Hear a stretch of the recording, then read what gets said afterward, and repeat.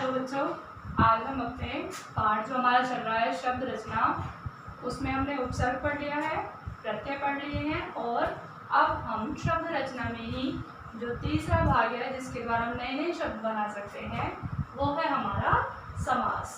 ठीक है, समास का शाब्दिक अर्थ होता है संक्षिप्तीकरण, यानी कि जब हम अपनी बातों को किसी बड़े बड़े शब्दों में कहते हैं लेकिन हम कभी कभी चाहते हैं कि हम उस बात को किसी बड़े वाक्य में न कहकर संक्षेप में कहें, तो वही संक्षिप्तीकरण क्या कहलाता है? वही संक्षिप्तीकरण कहलाता है हमारा समास।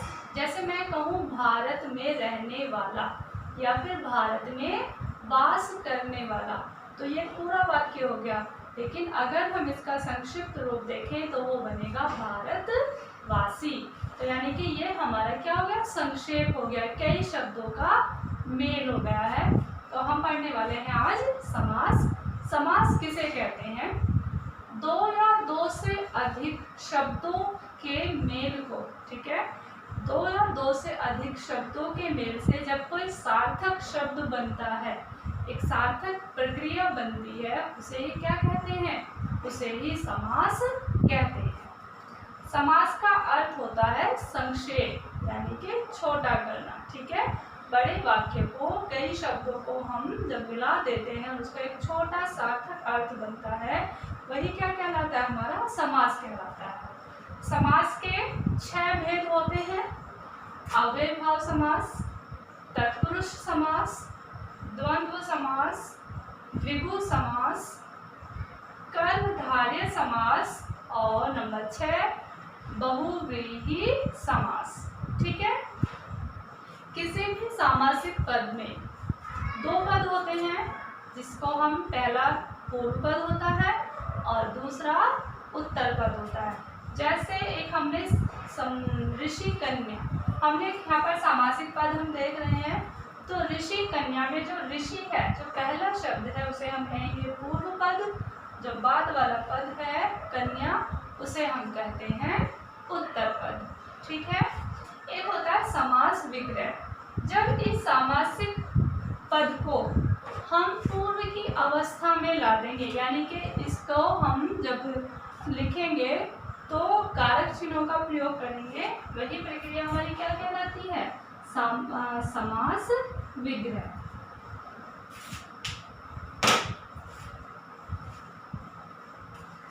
समास विग्रह होता है। ठीक है, यानी कि जब हम कई शब्दों को आपस में मिलाते हैं तो वो क्या कहलाता है? हमारा समास।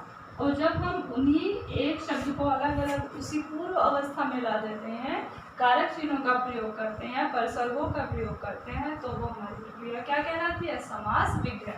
जैसे ऋषि कन्या लिखा है, अगर हम इसका समास विग्रह करेंगे तो ये होगा ऋषि की कन्या।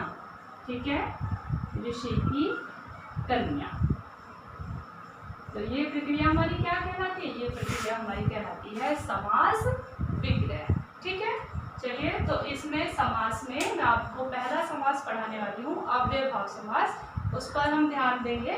ठीक है, उसको हम अच्छे से पढ़ेंगे, तो आप इस पर अच्छे से ध्यान देना जो जो मैं बताती जा रही हूँ, क्योंकि ये आपकी हर कक्षा में आपको मिलने वाला है। किसी भी कक्षा में आप इसे पढ़ेंगे तो यह अवश्य ही आपके पाठ्यक्रम में होगा।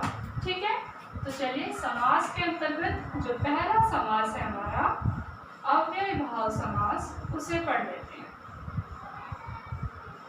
अव्ययभाव समास।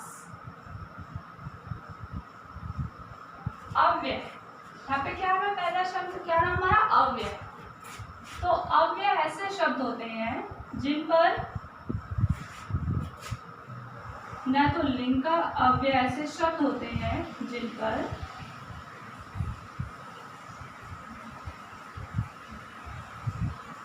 अव्यय ऐसे शब्द होते हैं जिन पर लिंग, वचन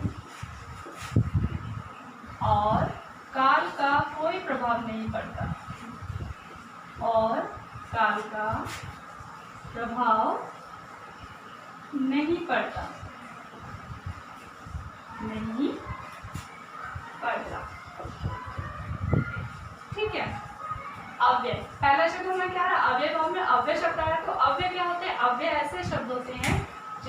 तो किसी लिंग का प्रभाव पड़ता है, न किसी वचन का और न ही किसी काल का। ठीक है। तो अव्ययभाव समास, अव्ययभाव समास में जो पूर्व पद होता है, ठीक है, अव्ययभाव समास का पूर्व पद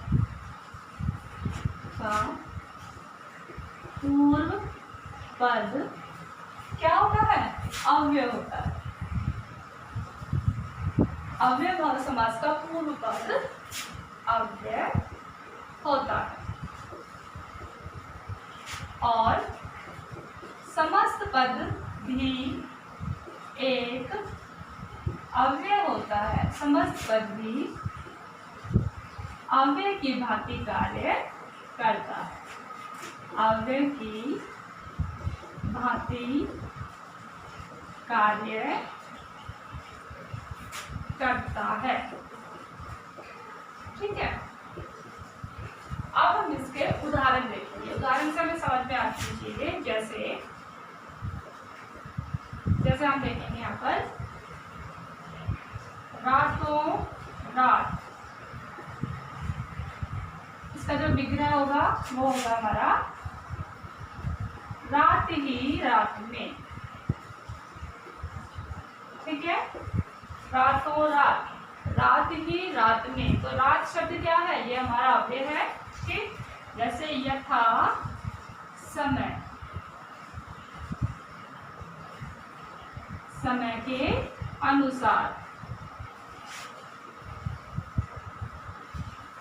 समय के अनुसार। जैसे प्रतिदिन, तो विग्रह क्या होगा हमारा इसका? प्रत्येक दिन। ठीक है। ऐसे ही यथाशक्ति, प्रत्येक, प्रत्यक्ष, अनेक इसमें उदाहरण हमारे ऐसे आते हैं जो अव्ययभाव समास के होते हैं। ठीक है। तो ये हमारा अव्ययभाव समास था। इसके बाद मैं आपको आगे के समास पढ़ाऊंगी। आप उन पर ध्यान से उन पर ध्यान देंगे और अच्छे से उन्हें पढ़ेंगे। ठीक है।